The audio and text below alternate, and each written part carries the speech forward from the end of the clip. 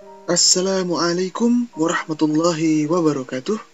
Alhamdulillah, puji dan syukur kehadirat Allah Ta'ala dan sholawat serta salam bagi Rasulullah Muhammad Sallallahu Alaihi Wasallam. Kita berjumpa lagi di video pembelajaran mata kuliah hukum dan hak asasi manusia. Pada kesempatan kali ini kita akan mengkaji tentang hukum dan hukum humaniter. Hukum humaniter internasional atau hukum humaniter adalah nama lain dari apa yang dulu dikenal dengan hukum perang atau hukum sengketa bersenjata. Hukum humaniter merupakan salah satu cabang dari hukum internasional publik, yaitu bidang hukum yang mengatur masalah-masalah lintas batas antar negara. Cabang hukum internasional publik lainnya adalah hukum diplomatik, hukum laut, hukum perjanjian internasional, dan hukum angkasa. Kemudian pengertian dan sejarah singkatnya.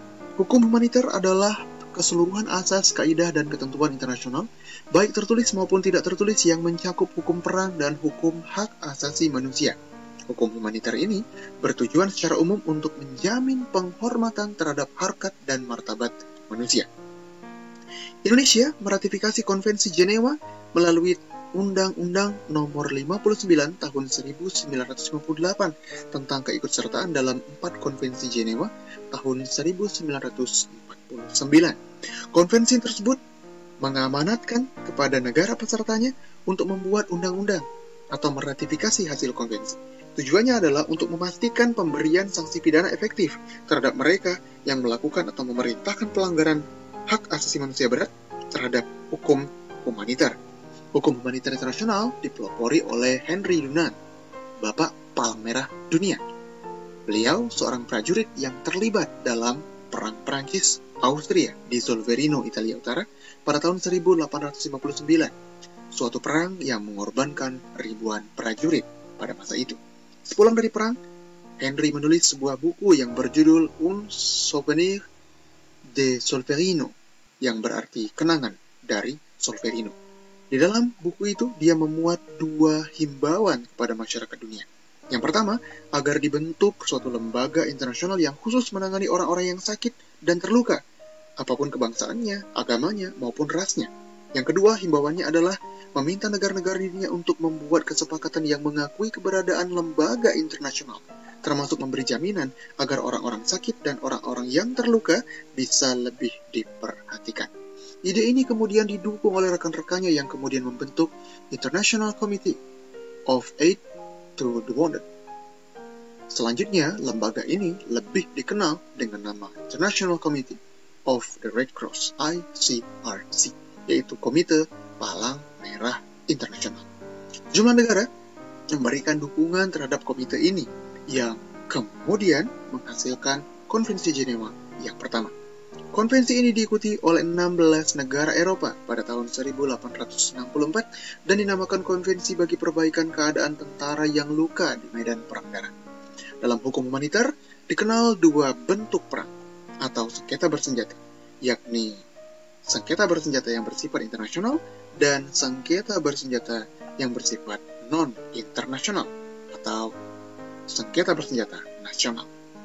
Sengketa bersenjata yang bersifat non-internasional yakni pemberontakan yang terjadi secara internal di suatu negara. Pada perkembangannya, pengertian sengketa bersenjata internasional diperluas dalam Protokol Nomor 1 Tahun 1977.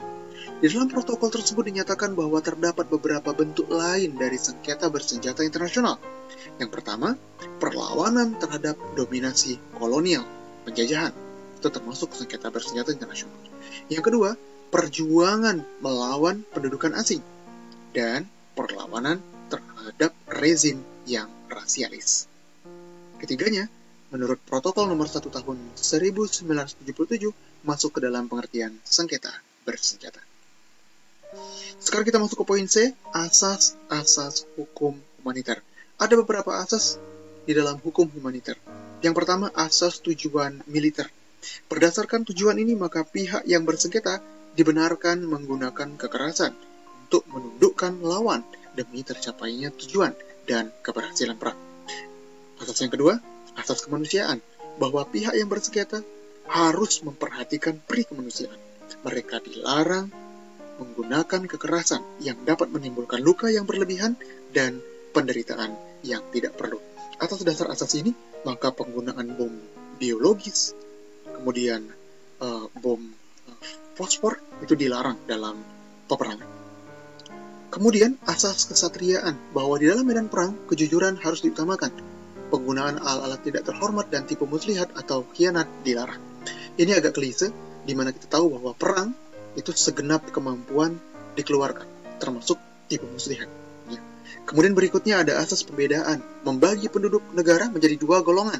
Ada golongan kombatan, golongan yang untuk diperangi, ya kelompok orang yang untuk diperangi, dan kelompok sipil yang tidak untuk diperangi.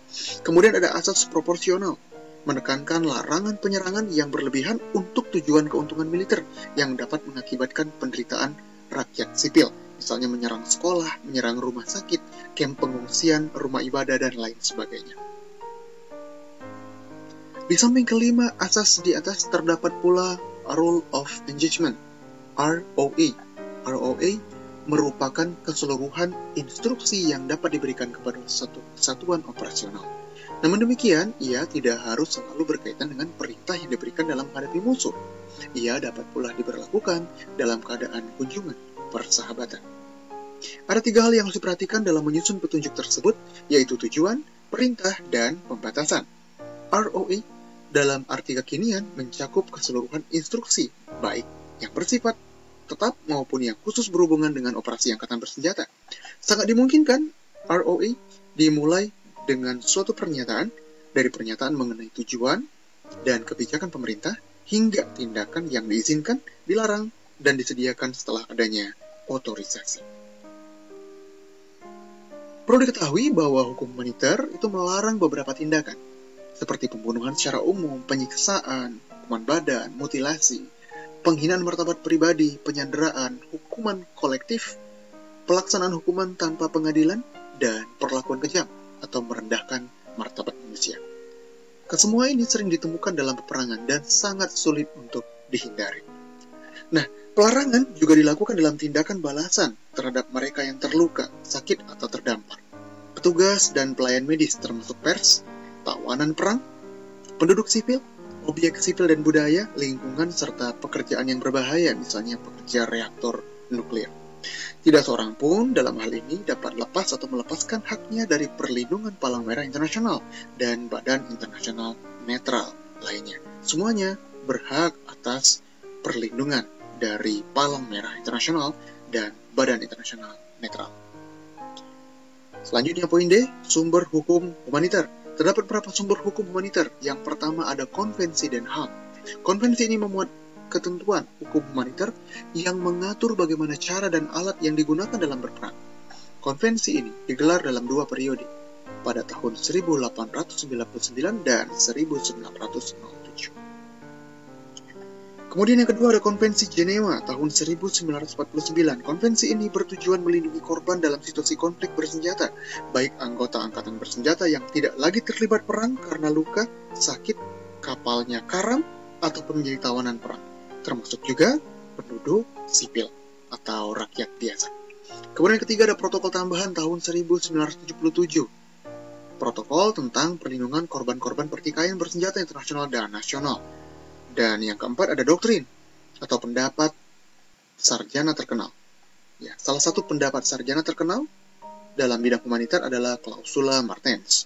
Klausula tersebut menyatakan apabila hukum humaniter belum mengatur suatu ketentuan hukum mengenai masalah-masalah tertentu, maka ketentuan yang digunakan harus merujuk pada prinsip hukum internasional negara beradab, hukum kemanusiaan, dan hati nurani masyarakat.